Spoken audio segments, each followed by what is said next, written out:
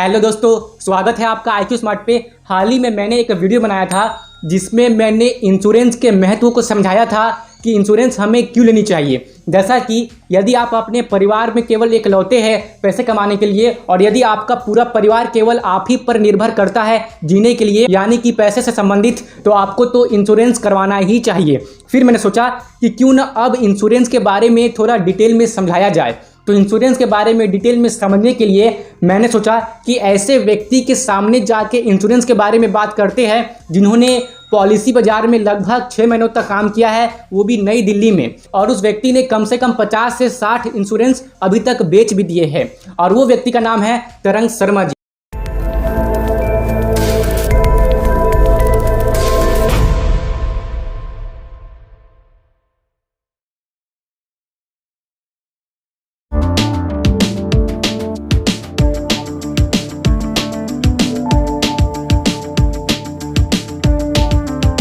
तो तरंग शर्मा जी, आपका IQ स्मार्ट पे बहुत बहुत स्वागत है। मैं यहाँ पे आया हूँ तरंग शर्मा जी के पास ताकि मैं भी इंश्योरेंस के बारे में डिटेल में समझ सकूँ। और मैंने ये सोचा कि क्यों ना तरंग शर्मा जी जो भी इंश्योरेंस के बारे में समझाएंगे, मेरे साथ साथ मेरे जो दर्शक यानी कि जो मेरे सब्सक्राइबर है, जो व्यूअर है, जो वीडियो को देख रहे हैं, वो भी इंश्योरेंस के बारे में डिटेल में समझ पाए कि कैसे इंश्योरेंस लेना है, कौन से इंश्योरेंस लेना सही है और जो स्कैम होते हैं इंश्योरेंस को लेके मार्केट में, उससे कैसे बचना है। तो हमारे सामने एक एक्सपर्ट बैठे हुए हैं जिन्होंने ऑलरेडी काफ़ी सारे इंश्योरेंस बेचे हुए हैं, इनको अच्छा एक्सपीरियंस है इंश्योरेंस के बारे में और साथ ही इनको ज्ञान भी है। तो तरंग शर्मा जी, आपका बहुत बहुत स्वागत है IQ स्मार्ट पे। शुक्रिया हिमांशु जी, आपने मेरे को यहाँ पे बुलाया आपके चैनल पे। इस बात का मैं बहुत आभारी हूँ कि चैनल आप मेरे पास रीच आउट करती है और मेरे को बुला के बताने का, हमारे ऑडियंस को बताने का ट्राई करती है कि इंश्योरेंस कितना एक महत्वपूर्ण चीज़ है ज़िंदगी में। जी, अभी अगर हम बताया जाए तो सबसे पहले मैं बताऊँगा आपको कि इंश्योरेंस क्या होता है। इंश्योरेंस एक ऐसी स्कीम होती है कंपनी की तरफ से जो कंपनी प्रोवाइड करती है एक नॉर्मल आदमी को कि वो बच सके किससे, घटनाओं से। कोई भी चीज़ कभी भी ज़िंदगी में हो सकती है, कभी भी किसी का मौत हो सकता है, कभी भी किसी का एक्सीडेंट हो सकता है, कोई भी चीज़ कैसे भी हो सकती है, किसी को कुछ नहीं पता, अनएक्सपेक्टेड है सब कुछ इस लाइफ में। तो कंपनी इस चीज़ का आपको एक सम अमाउंट लेके एक गारंटी देती है या सम एश्योर्ड करती है आपको कि हाँ आप एक अमाउंट दीजिए प्रीमियम के हिसाब से, और उस हिसाब से हम आपको जितना साल का हम कवर देते हैं उस हिसाब से आपको एक लाइफ कवर मिल जाएगा या आपको एक हेल्थ इंश्योरेंस मिल जाएगा, जिससे आप पैसा लेके आप अपना जीवन यापन कर सकें, जो भी आपका परेशानी आया उसको आप जल्दी से जल्दी टाल सकें। तो आपके कहने का ये मतलब है कि इंश्योरेंस का बहुत ही समान भाषा में ये अर्थ हुआ कि यदि मान लीजिए आप अपने परिवार में इकलौते हैं कमाने के लिए और आपकी आमदनी उतनी नहीं है, आपकी जो नेटवर्थ है, जो आपकी कुल संपत्ति है, वो उतनी नहीं है, ठीक है ना, तो आप एक कंपनी को महीने महीने कुछ पैसे देते हैं जिसे हम प्रीमियम कहते हैं और उस प्रीमियम के आधार पे आपको एक बहुत ही बड़ा कवर मिल जाता है। अब मैं आपको उदाहरण के तौर पे बताता हूँ। जैसे कि मान लीजिए कि आपकी जो महीने की जो आय है, जो आपकी इनकम है, वो है 50,000 रुपये प्रति महीने और अपने पूरे फैमिली में आप ही इकलौते पैसे कमाने के लिए और आपकी पूरी फैमिली आप ही पर डिपेंडेंट है जीने के लिए, यानी कि हर चीज़ के लिए, पढ़ाई से लेकर टोटल चीज़ के लिए आप ही पर आपकी फैमिली डिपेंडेंट है। तो आप एक अपनी इंश्योरेंस करवाते हैं जिसका कवर 1 करोड़ रुपए का है और उस इंश्योरेंस के लिए आप प्रति माह एक चार्ज पे करते हैं जिसे प्रीमियम भी कहते हैं, और वो चार्ज लगभग 1 से 2 हज़ार के आसपास आता है और इस पे आपको 1 करोड़ का कवर मिल जाता है। कहने का तात्पर्य यह है कि जैसे कि आप अपने परिवार में अकेले हैं पैसे कमाने के लिए और आपकी पूरी परिवार आप ही पर डिपेंडेंट है, तो उसका मतलब यह है कि भगवान न करे कभी ऐसा हो, क्योंकि हम तो यही चाहेंगे कि आप सबकी उम्र काफी लंबी हो, आप 100 साल 200 साल तक जिए, लेकिन यदि दुर्भाग्यवश भगवान न करे कि ऐसा हो कि बीच में आपको कुछ हो जाता है तो फिर आपकी फैमिली को कौन संभालेगा?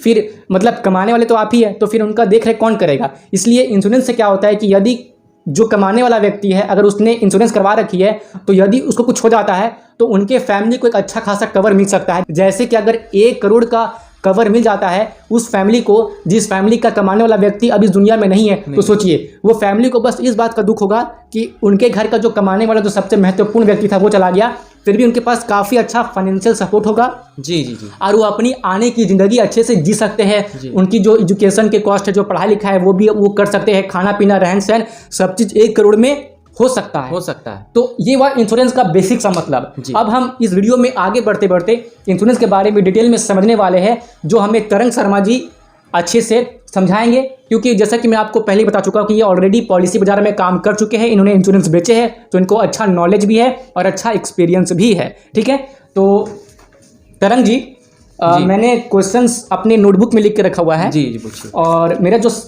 जैसे कि इंश्योरेंस क्या हुआ इसके बारे में आपने बताया और मैंने उसे थोड़ा सा और एक्सप्लेन कर दिया। ठीक है जी। अब मेरा जो अगला प्रश्न है वो है कि इंश्योरेंस कंपनीज, जैसे कि इंश्योरेंस तो पता हो गया जी, अब हमें ये पता होना चाहिए कि कौन सी इंश्योरेंस ले, मतलब देखिए वो मैं आपसे पूछूंगा जी, लेकिन फिलहाल आप मुझे बताइए कि किस किस टाइप की इंश्योरेंस कंपनी होती है और अभी भारत में कितनी सारी इंश्योरेंस कंपनी है। देखिए इंश्योरेंस कंपनियां तो बहुत सारी है इंडिया में। बात करें तो सबसे पुरानी जो हम लोग की सरकारी कंपनी जिसको हम बोलेंगे जो है LIC, life insurance corporation of India. ये एक 100 साल पुरानी कंपनी है। 100 साल पुरानी है जी, 100 साल पुरानी कंपनी है इंडिया में और ये इंडिया की ही कंपनी है। अभी बात करा जाए तो आप बहुत सारी कंपनियां इंडिया में, जैसे आपका मैक्स लाइफ इंश्योरेंस है, साथ में आपका टाटा का भी है ना, टाटा का भी है, एडलवीज टोक्यो है, उसके बाद आपका जनरल इंश्योरेंस अभी एक नया मैंने सुना है नावी नाम का भी एक अच्छा इंश्योरेंस है। नावी भी करने लगी है। नावी एक अभी फाइनेंशियल सेक्टर में बहुत जल्दी से एक्सपैंड कर रही है और एक्सपैंड कर रही है। उसमें उन्होंने अभी health insurance, car insurance, general insurance और term life insurance, health insurance भी देना शुरू कर दिया है। अच्छा। यहाँ पे अभी हम बात करेंगे तो जैसे एक एडलवीज टोक्यो करके है, एक इफो टोक्यो है, कंपनियां बहुत सारी है। बात ये होता है कि आप भरोसा किस पे करिएगा। अच्छा ठीक है।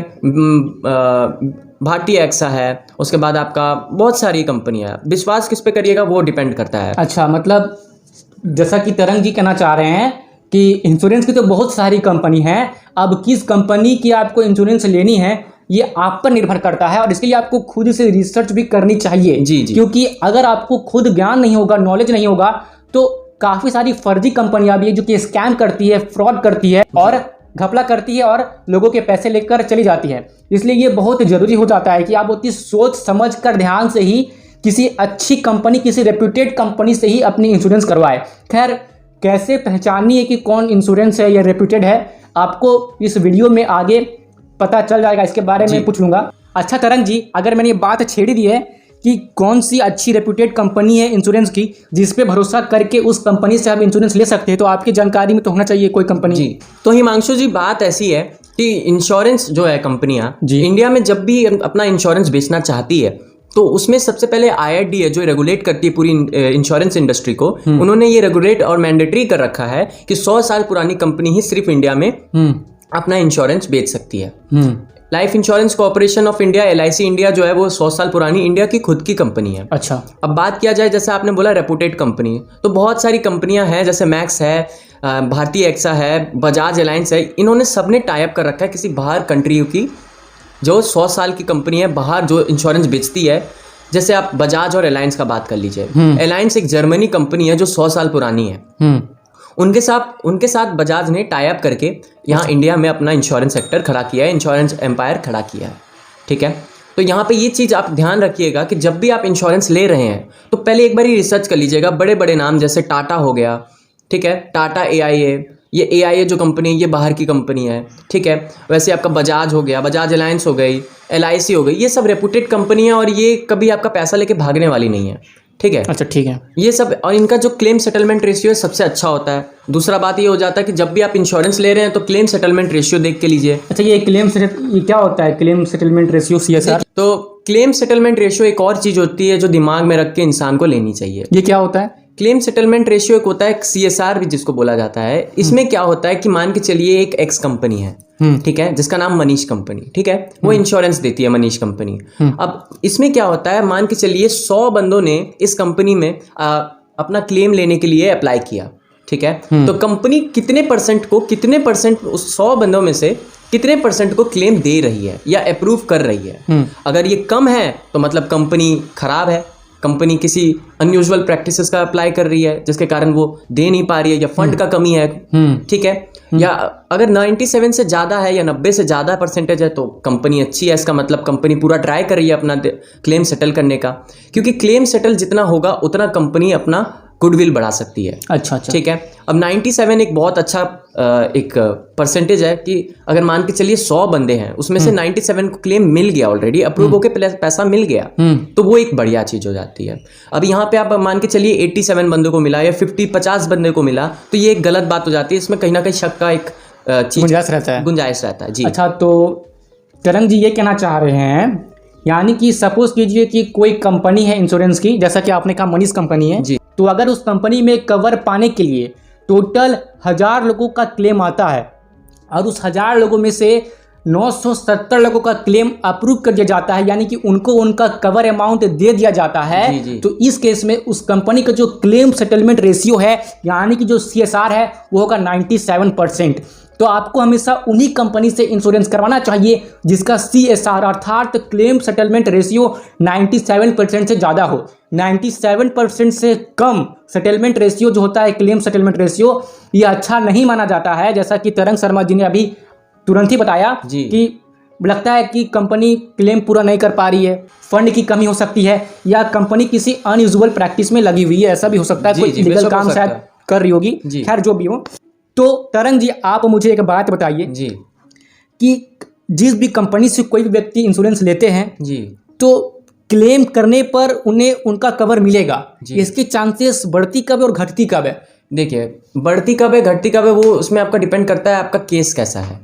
ठीक है, अगर मान के चलिए आपका एक हेल्थ इंश्योरेंस का एक सिचुएशन है जिसमें आपने पहले से कुछ नहीं बता रखा था, आपने जस्ट गए ऑनलाइन या किसी एजेंट के पास गए, आपने हेल्थ इंश्योरेंस अपने नाम पे ले लिया, पर आपने प्री डिटरमाइंड पहले से डिक्लेरेशन नहीं दिया कि मेरे को ब्लड प्रेशर का प्रॉब्लम है, या मेरे को किडनी में कभी एक डिजीज हुआ था, या मेरा कभी एक ऑपरेशन हुआ था।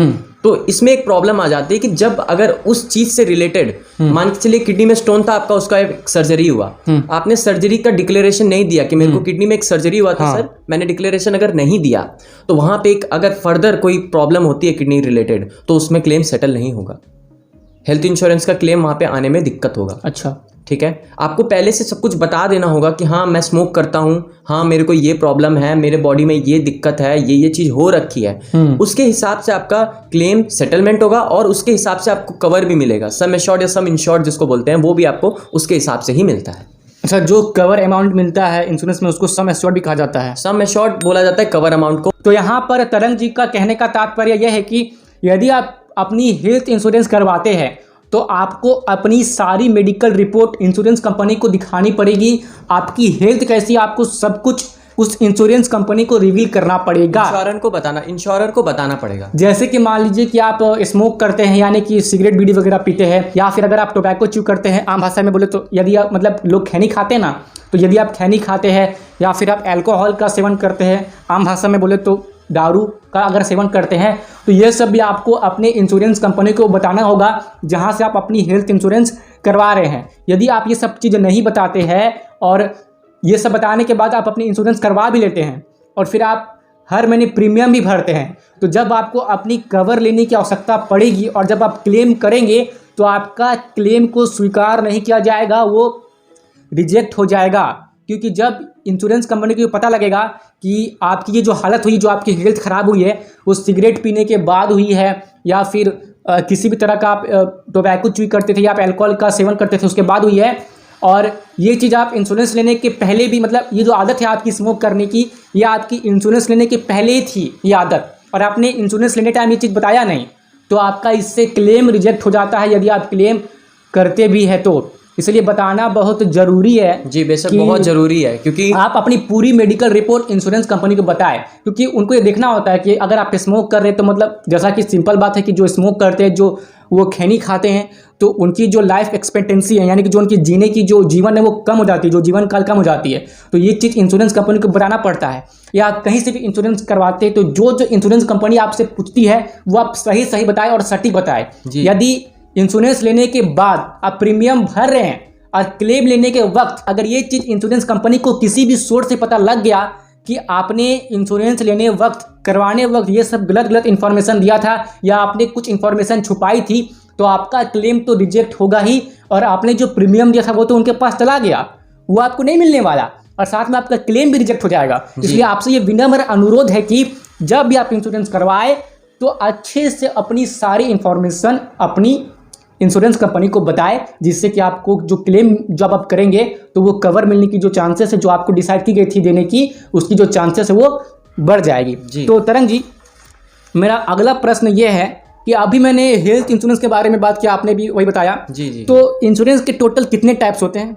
बहुत सारे टाइप्स होते हैं। देखिए हिमांशु जी, अगर आपको मैं बताऊं तो यहाँ पे हेल्थ इंश्योरेंस होती है, जनरल इंश्योरेंस होती है, ठीक है, टर्म लाइफ होती है, एक इन्वेस्टमेंट टाइप में भी आ जाती है जिसको यूलिप भी बोला जाता है। एंडोमेंट प्लान भी होता है। जो सिटीजन सीनियर सिटीजन होते हैं, ठीक है, इसके बारे में बाद में बात करेंगे। अभी आप बस टाइप्स ऑफ इंश्योरेंस समझा दीजिए। ठीक है, तो यहाँ पे जैसे आपका जनरल इंश्योरेंस होता है जिसको हम लोग बोलते हैं कार इंश्योरेंस, बस इंश्योरेंस, ओके, तो व्हीकल इंश्योरेंस, कुछ भी आपका व्हीकल के रिलेटेड, ठीक है, ट्रैवल इंश्योरेंस होता है, होम इंश्योरेंस होता है, और बहुत मतलब हर चीज़ जो चीज़ आप बचाना चाहते हैं जिसमें घटना हो सकती है उसको हम इंश्योरेंस में कवर कर सकते हैं।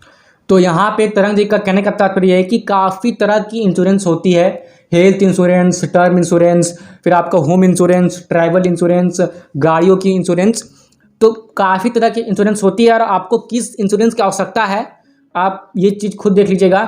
जैसे कि आपने कोई गाड़ी खरीदी और आपने उस गाड़ी का इंश्योरेंस करवा लिया, अब यदि उस गाड़ी को कुछ डैमेज होती है तो उस डैमेज का खर्चा आपको इंश्योरेंस कंपनी से मिल जाएगा। तो ये गाड़ी इंश्योरेंस का ही मतलब है।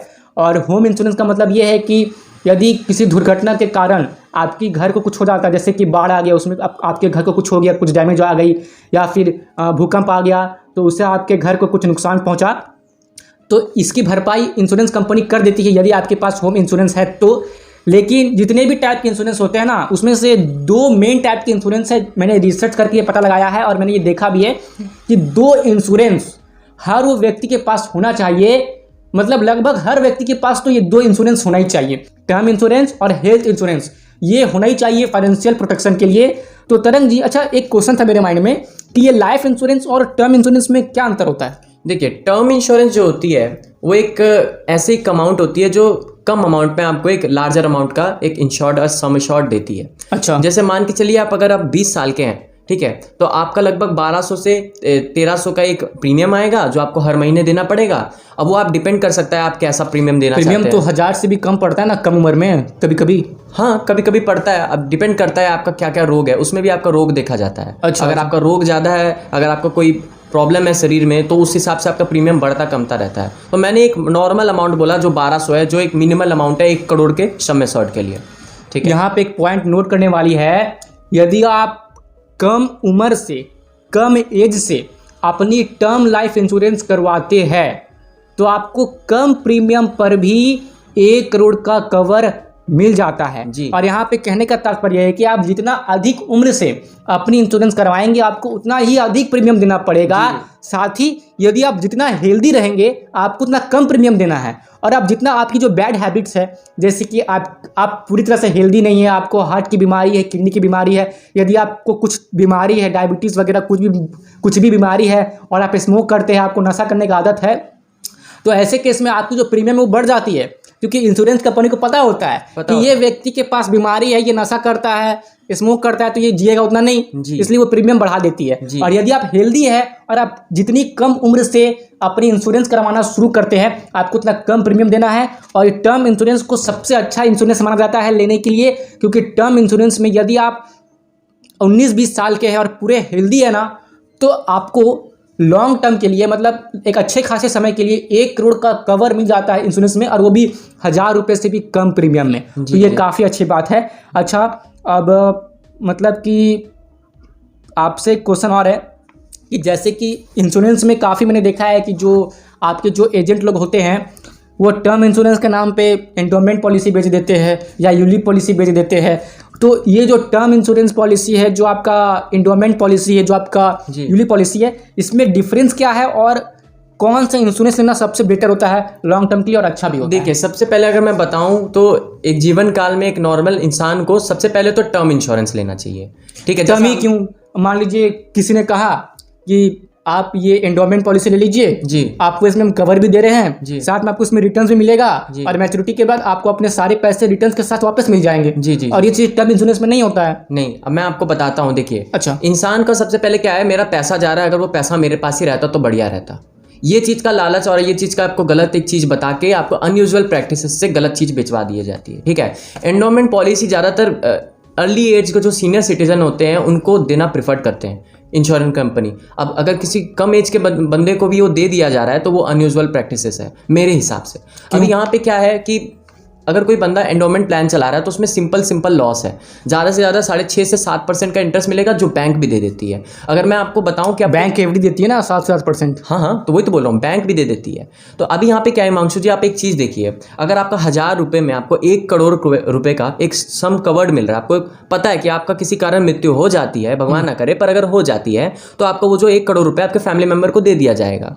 दूसरा बात यहाँ पे ये आ जाता है कि आप जो पैसा आपका बच रहा है वहाँ पे आप एंडोमेंट पॉलिसी में आप 10,000 रुपये करके दे रहे हैं, ठीक है, वहीं आप अगर 1000 रुपये इधर दे रहे हैं तो 9,000 रुपये आपका बच रहा है। अगर आप उसको सही जगह निवेश करिएगा तो आपको उससे ज़्यादा अमाउंट मिल जाएगा। अगर इंडेक्स फंड में तो निवेश करने से हर साल लगभग एवरेज 15% का रिटर्न जाता है, पता है आपको? जी, म्यूचुअल फंड और टर्म लाइफ का एक सबसे अच्छा कॉम्बिनेशन होता है, क्योंकि देखिए सबसे पहले आपको खुद को कवर करना है, अपने फैमिली मेंबर को कवर करना है। हेल्थ इंश्योरेंस से खुद को कवर करिए, दूसरा आपका हो जाएगा टर्म लाइफ से आप अपने फैमिली मेंबर को कवर करिए कि आपके जाने के बाद वो सेम लाइफस्टाइल कंटिन्यू कर पाए।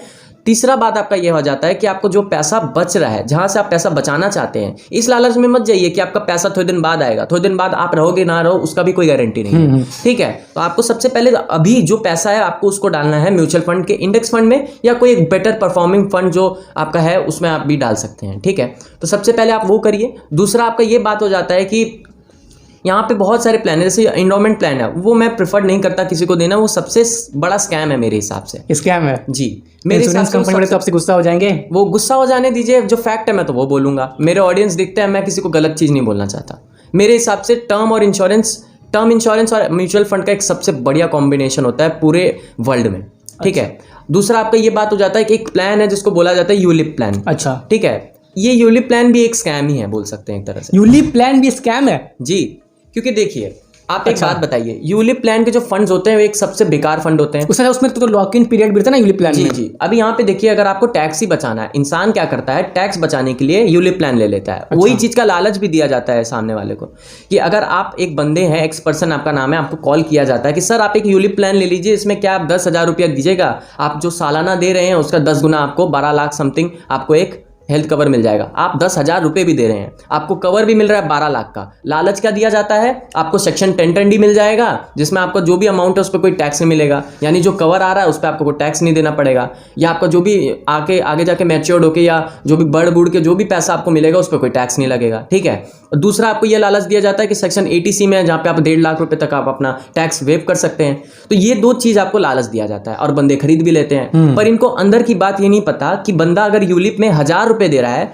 तो उसमें तरह तरह का चार्ज कट के सिर्फ 800 रुपए इन्वेस्ट हो रहा है, और वो भी उस फंड में हो रहा है जो फंड कभी परफॉर्म ही नहीं करेगी। तो यूलिप प्लान क्या स्टॉक मार्केट में इन्वेस्ट करती है पैसे को? जी, यूलिप प्लान में होता क्या है, ये बंदे इंश्योरर क्या करता है, आधा पैसा आपका इंश्योरेंस पार्ट में लगा देता है और आधा पैसा आपका क्या करता है, मार्केट में लगा देता है, ठीक है। अब इसमें क्या होता है, दोनों तरफ, क्योंकि आपका मार्केट एक तरह से आपको एक प्लान, दो प्लान चेपा जा रहा है एक साथ में, ठीक है।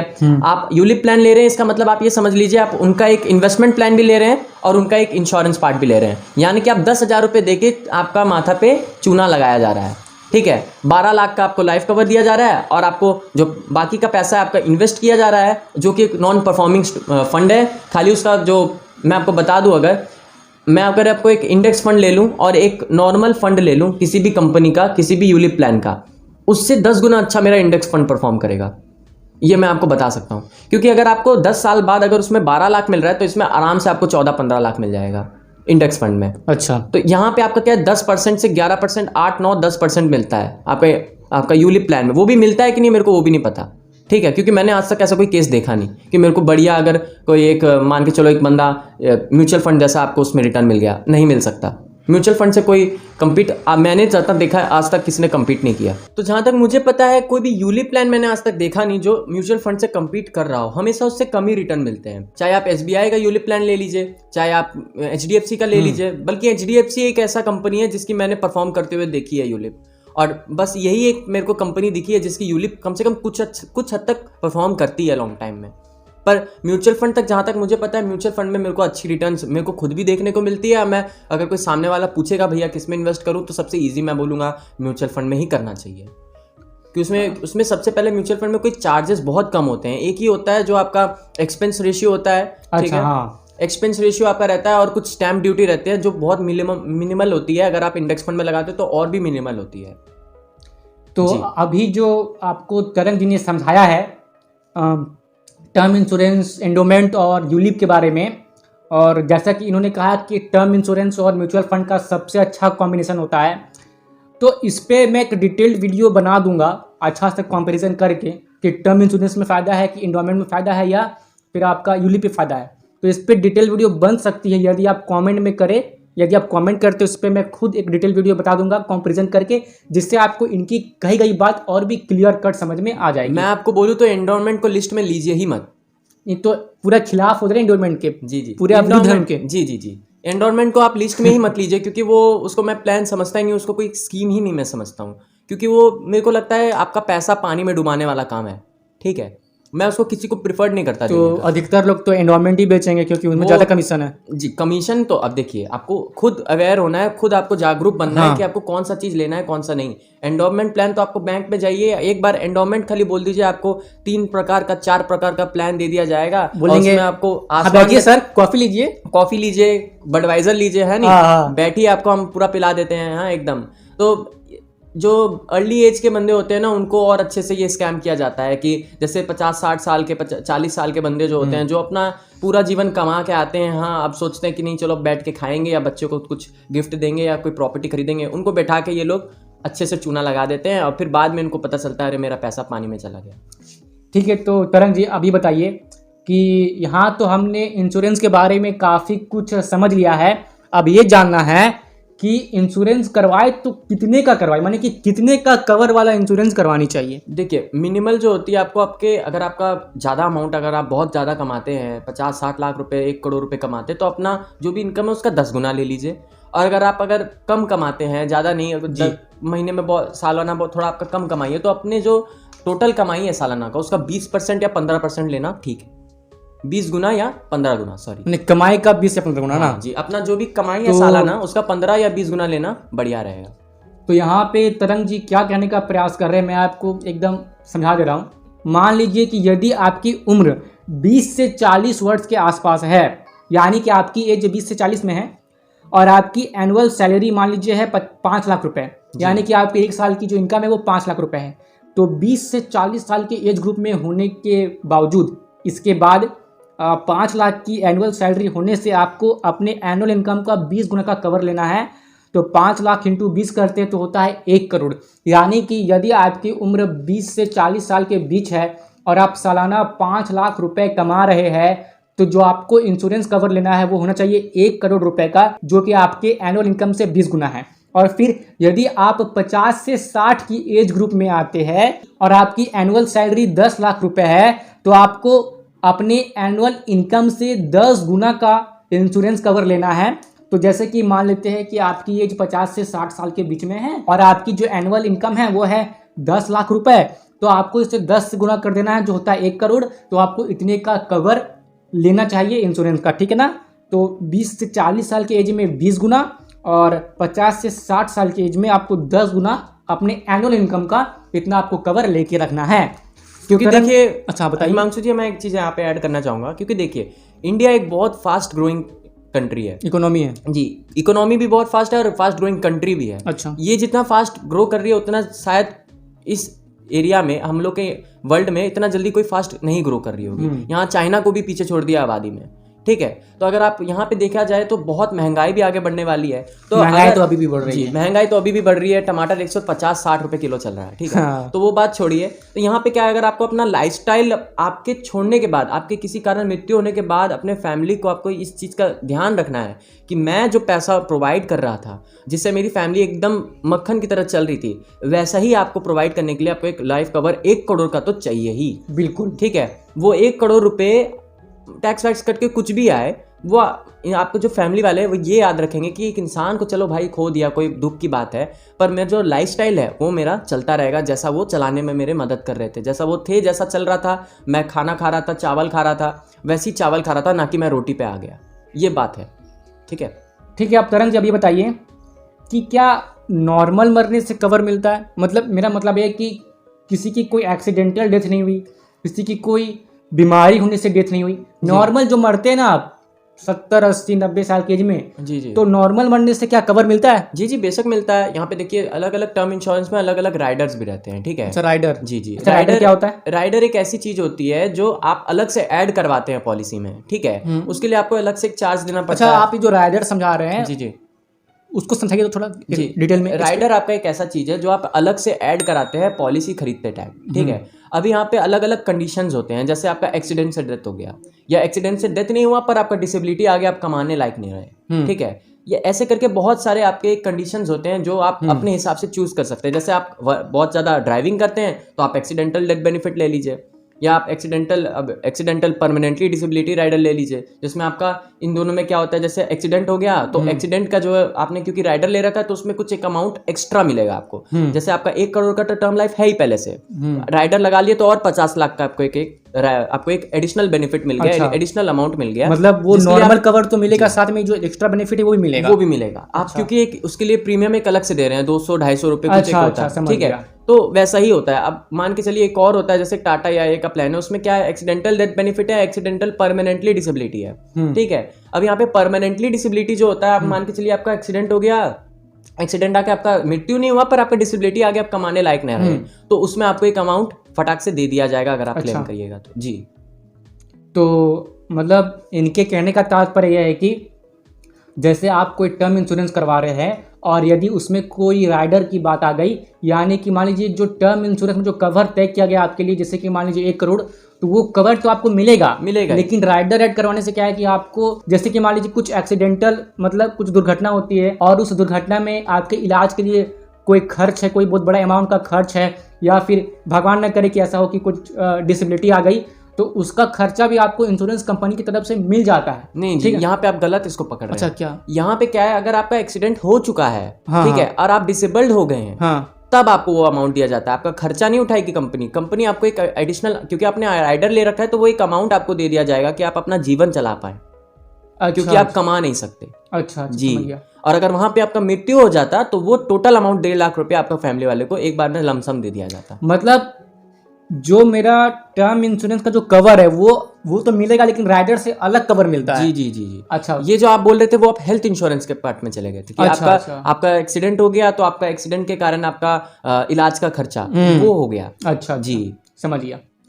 तो मेरा एक, चलिए अब राइडर के बारे में तो आपने बता ही दिया कि राइडर से आप अलग से कुछ बेनिफिट ऐड कर सकते हैं। और आपने जैसे बोला कि नॉर्मल मृत्यु में क्या पैसा मिलता है, बेशक मिलता है। अच्छा, नॉर्मल मृत्यु में तो मिलता ही है पैसा, साथ में उसमें कंडीशन भी ऐड किया जाता है कि आपको उसमें हेल्थ इंश्योरेंस भी, कुछ टर्म लाइफ इंश्योरेंस होता है जिसमें आपको हेल्थ इंश्योरेंस भी ऐड करवा दिया जाता है एज अ राइडर। चलिए ठीक है, ठीक है।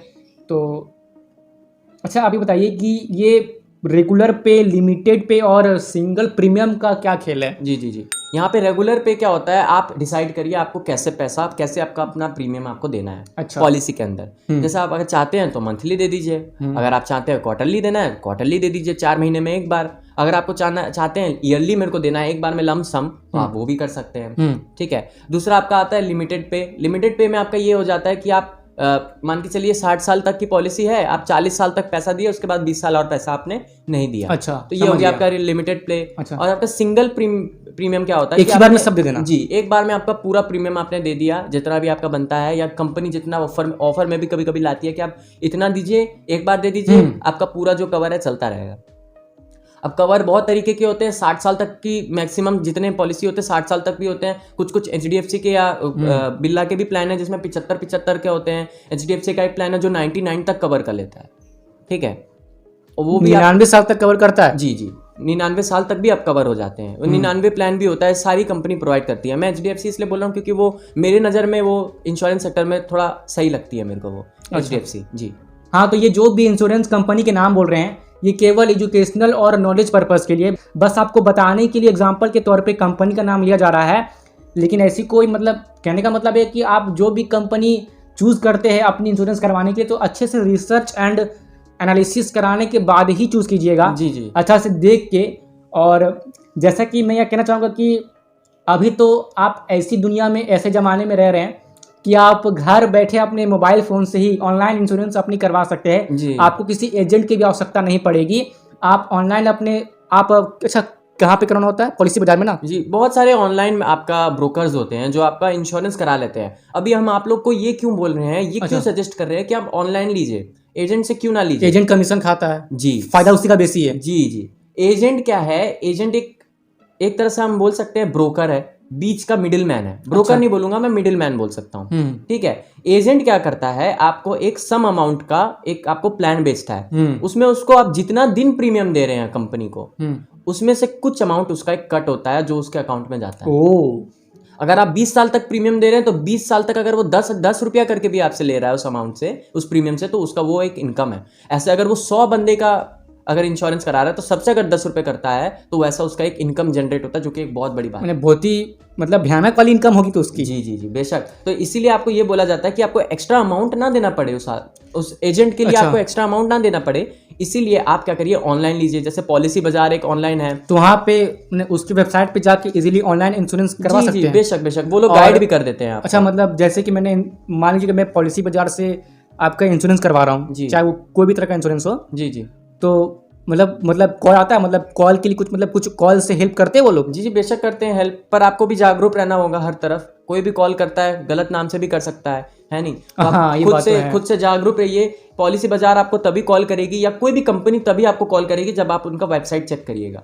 ठीक है, वेबसाइट चेक करिएगा तो वो आपको हेल्प और असिस्टेंस के लिए कॉल करती है कि आपको कैसा हेल्प चाहिए। वहां पे आपके एजेंट बैठे हुए हैं जो आपको हेल्प करने के लिए 24/7 बैठे हुए हैं कि आपको हेल्प किया जाए। वो आपको गाइड भी करते हैं और इस हिसाब से आपके जरूरत के हिसाब से आपको प्लान भी प्रोवाइड करते हैं। वो आपके ऊपर है कि आप लेना चाहते हैं कि नहीं।